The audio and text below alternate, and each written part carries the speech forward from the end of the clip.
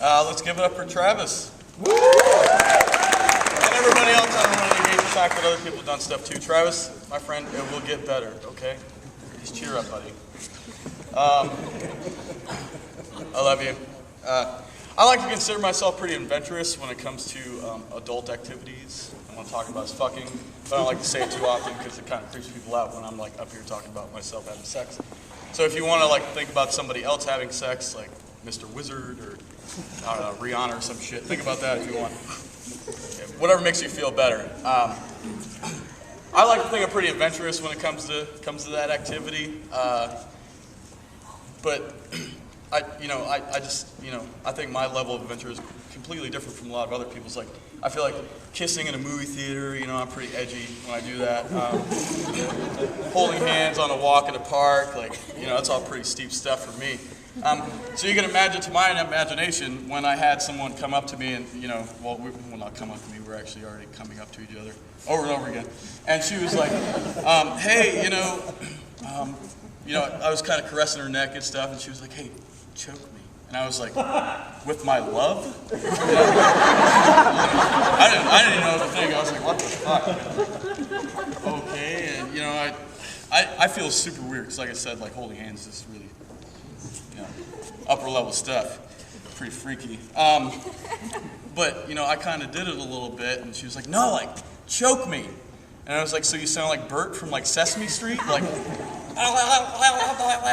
something like that, every now and then. It's so big, and then later on you find out they were just lying to make you feel better.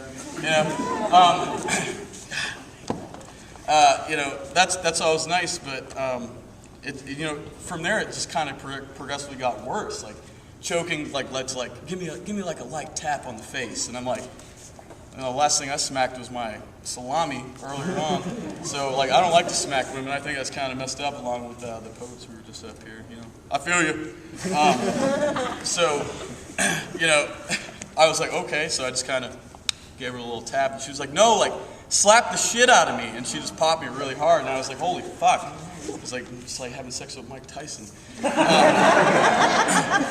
Or Bobby Brown, whichever you prefer for the stereotype of beating wives.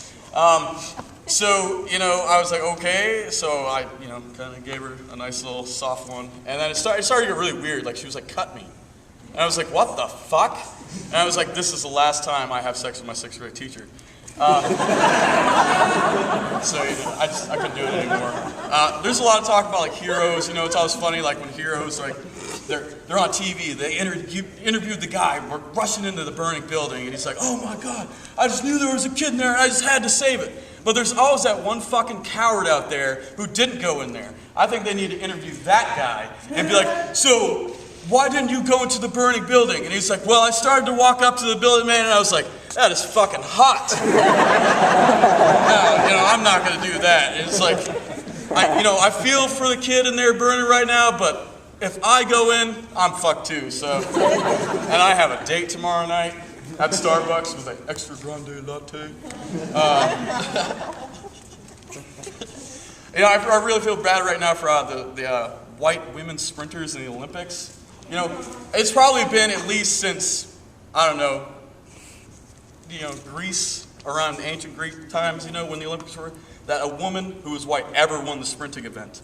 Now it's just a lot of black women. I feel bad for them. I feel like a lot of the white sprinting women are probably gonna just be like, fuck, well we can never win here. So maybe we'll go to the Special Olympics and plead to them. They'll be like, well, can we perform here? Can we participate? And they're like, well, what's your disability? And it's like being a white woman who sprints.